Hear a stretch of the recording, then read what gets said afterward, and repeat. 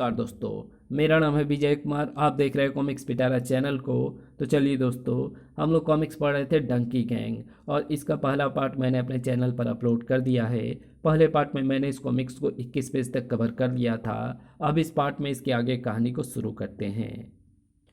तभी उस क्षेत्र का दादा अकड़ू उस्ताद वहां आ पहुंचा।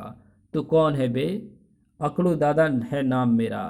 बड़े बड़े को धूल चटाई है मैंने, लेकिन अभी हमारे गधों से पाला नहीं पड़ा तेरा। और गधेड़ी ने अपने गधे को जोश दिलाया।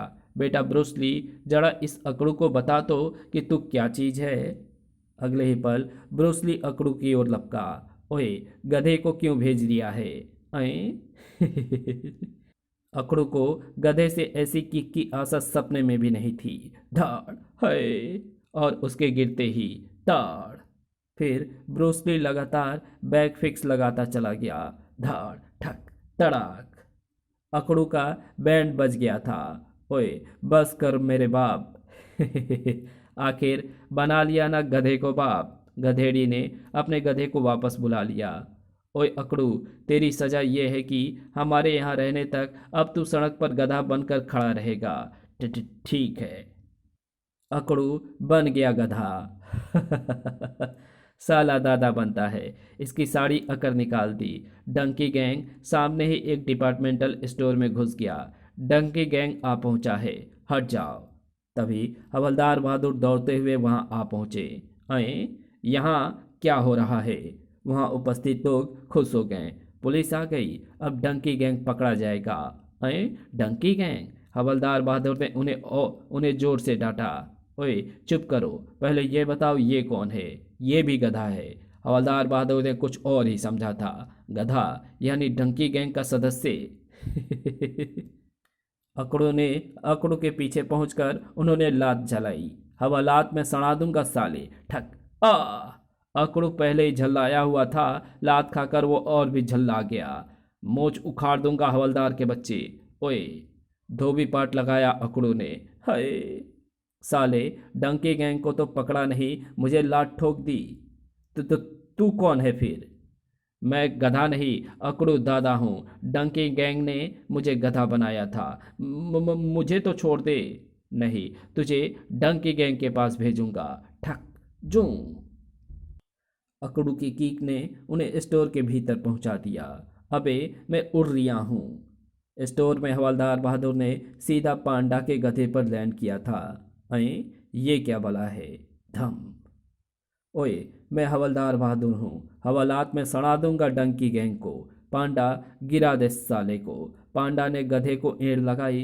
ओए अबे रोक। जल्दी हवलदार बहादुर की धड़ से धड़ाम हो गई। धाड़, मर गया।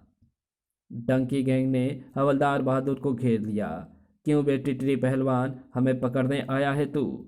नहीं नहीं जी।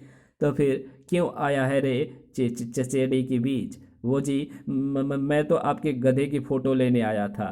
अच्छा अच्छा, तो हमसे मजाक कर रिया है? हाँ जी। मैं बहुत मजाकी आदमी हूँ जी। तो फिर अब हमारा मजाक भी देख। फचाक। ओह, सांडा ने इतने अंडे छोड़े कि हवलदार बहादुर बेहाल हो गए। फिच फचाक। मैं सबको सड़ाता था, तूने तो मुझे ही सड़ा डाला। अभी तो रगड़ेंगे भी बेटा। और पूरा गैंग हवलदार बहादुर पर टूट पड़ा। ओए रुक जाओ। तड़ाक। हाय हाय रे। अंत में आजा बाहर, छोड़ दे भाई। हवलदार बहादुर को बाहर लाकर गधेरी ने गधा बना दिया था। हमारे जाने के बाद आधे घंटे तक इसी तरह खड़ा रहियो। खड़ा रहूंगा जी। डंकी गैंग के जाने के कुछ ही देर बाद भूतनाथ हवलदार बहादुर को ढूंढता हुआ वहां आ पहुंचा। अये, मेरे यारी को ये क्या हो गया? भूतनाथ ने निकट जाकर उनकी कमर पर हाथ फेरा। बेचारा। ओए कौन है? भूतनाथ किसी को भी दिखाई नहीं दे रहा था। हवलदार बहादुर ने समझा भीड़ में से कोई उन्हें छेड़ रहा है। ओए, मैं हवालात में सड़ा दूंगा। किसे सड़ा दोगे हवलदार जी? जो भी मेरे मेरा मतलब है कमर को छुएगा। तभी खड़क सिंह वहां आ पहुंचा था। कहाँ पड़ा है डाका? उसने हवलदार बहादुर को देखा। अरे इसे क्या हुआ? ओए, हवलदार बहादुर ने झुंझलाकर गधे की तरह ही दुलत्ती झाड़ दी। गधे, नालायक, बदतमीज। अय, ये तो अपने खड़गू की आवाज है। अब मजा आएगा।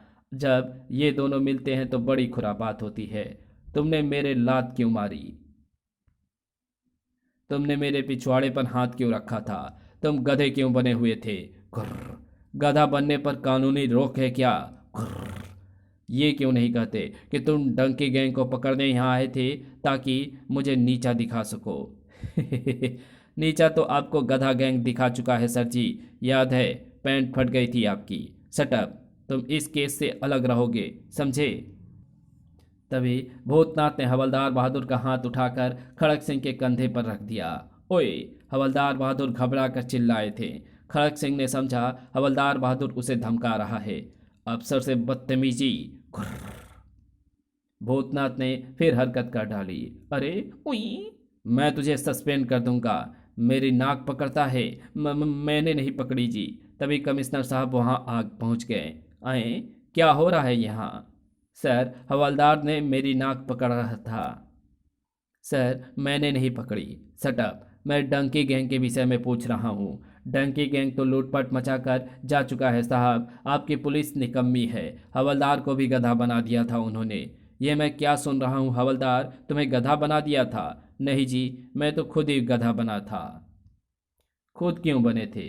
लोहे को लोहे ही काटता है सर जी। मैंने सोचा गधा बनकर ही गधों से निपटा जा सकता है। इसे बकने दीजिए सर। आप मुझे 24 घंटे का समय दीजिए। मैं डंकी गैंग की घंटी बजा दूंगा। ठीक है, तुम्हें यह समय दिया जाता है। मैं जाऊं सर जी? डंकी गैंग को हमारे साहब संभाल ही लेंगे। ओके, अगर जरूरत पड़ी तो मैं तुम्हें बुला लूंगा। घुर्र। ये साला हंसकर मेरा मजाक उड़ा रहा है। हवलदार बहादुर वहां से घर की ओर चल दिए। चंपाकली बहुत गुस्से में होगी। उसे खुश करने की कोई तरकीब सोचनी है। यारी घर की तरफ जा रिया है। रास्ते में एक पालतू पशु पक्षियों की दुकान पड़ी तो चंपाकली को पक्षियों से बहुत प्यार है। उसके लिए तोहफा खरीद लेता हूँ। शॉपकीपर ने उन्हें देखकर दांत निकाले। आइए आइए श्रीमान, क्या पेश करूँ? मुझे ऐसा पक्षी चाहिए जिसे देखकर मेरी पत्नी खुश हो जाए। आपकी पत्नी आपको देखकर खुश नहीं होती क्या? ओए, मैं मजाक करने वाले को हवालात में सड़ा देता हूँ। सॉरी जी, आप वो तोता देख लीजिए। पिंजरे में एक गोल मटोल तोता नींद का आनंद ले रहा था। अच्छा है। मिट्ठू बेटे, किसने जगाया मुझे? घुर्र। तोते ने आंख खोली और कच। ओए! क्या हुआ साहब? बड़ा बदतमीज तोता है। हवालात में सड़ा दूंगा साले को। घुर्र। मासूम पक्षी है बेचारा। माफ कर दीजिए। पूरी दुकान आपके सामने है। दूसरा पक्षी पसंद कर लीजिए। ठीक है, ठीक है। तभी भूतनाथ को एक आइडिया आया। वो मैना का रूप धारण कर एक खाली पिंजरे में जा बैठा। यारी मुझे ही खरीद कर घर ले जाएगा। हवलदार बहादुर उस पिंजरे के निकट पहुंचे। उफ, कितना भद्दा पक्षी है, मगर मेरी आवाज़ बहुत सुंदर है। अरे, ये बोल भी रहा है। हाँ, मैं गाना भी गा सकती हूँ। मैना कहते हैं मुझे। हवलदार बहादुर ने जोर से हाँक लगाई। ओए दुकानदार, कौन है वे? दुकानदार दौड़कर आया और ओए! अबे अंधे की बटेर है क्या? हवालात में सड़ा दूंगा साले। माफ़ी हजूर, मैं समझा था आपको फिर किसी पक्षी ने कुतर लिया है। अच्छा, ठीक है, हम ये मैना खरीदना चाहते हैं। मैना? वास्तव में शॉपकीपर को भूतनाथ नजर ही नहीं आ रहा था। अबे झटका क्यों खा रहा है? दाम बोल इसके। मगर साहब, मैना है कहाँ? अबे मेरी आंखों में क्यों घुस रिया है? जूतों समेत पिंजरे में मैना नहीं तो क्या है? कुछ भी नहीं है, पिंजरा तो खाली है। हवलदार बहादुर ने पिंजरे को देखा तो उन्हें मैना नजर आ रही थी। हवालात में सड़ा दूंगा साले। पुलिस से मजाक करता है। मजा आएगा। मजाक तुम कर रहे हो हवलदार। पिंजड़े में मैना नहीं है। ठीक है, तो मुझे ये खाली पिंजरा ही चाहिए। और उन्होंने पिंजरा उतार दिया। उल्लू कांडा खाली पिंजरे के 50 रुपए दे गया। हवलदार बहादुर ने घर जाने के लिए बस पकड़ी। क्या ताक झाक लगा रखी है बे? आपका पिंजरा देख रहा हूँ। ले, अच्छी तरह देख, इसमें बोलने वाली मैना है। मैना? पागल खाने से भागकर आ रहे हो क्या? ओए, मैं पुलिस हवलदार हूँ, बदतमीजी की तो अंदर कर दूंगा, मगर पिंजड़े में मैना नहीं है। दूसरे यात्री उनकी ओर आकृष्ट हुए। पिंजड़ा तो सचमुच खाली है हवलदार जी, मुझे तो कुछ भी दिखाई नहीं दे रहा है पिंजड़े में। लेकिन हवलदार बहादुर को तो मैना नजर आ रही थी। ये सब साले अंधे हैं, मैं इस बस से ही उतर जाता हूँ। पागल है साला, ना जाने पुलिस में किसने भर्ती कर दिया, उल्टी खोपड़ी का है। घुर्र, साले सब मिले हुए हैं। घर पहुंचे तो टुंड ने दरवाजा खोला। आइए आइए आमिर खान जी, फुप्पी थारी आरती उतारने को उतावली हो रही है। क्या बक रहा है बे? थारे को खबरदार कर रिया हूँ, फुफी ने बेलन को खूब तेल पिलायो है आज। ओए, ये देख। ओए, ये देखकर तेरी फूफी बेलन को भूल जाएगी। भूतनाथ के जादू से टुन को हवलदार बहादुर के हाथ में पिंजरे की जगह तरबूज दिखाई दिया था। यो तरबूज? ओए लल्लू के चरखे, तुझे मैना और तरबूज में कोई फर्क नहीं लगता? मैना? फुफ्फा बावला हो गया है शायद। हवलदार बहादुर ने कमरे में प्रवेश किया। प्राण प्यारी, देखो क्या लाया हूं तुम्हारे लिए। क्या है? बोलने वाली मैना। आए? गुर्र। चंपाकली को भूतनाथ चूहे के रूप में दिखाई दिया था।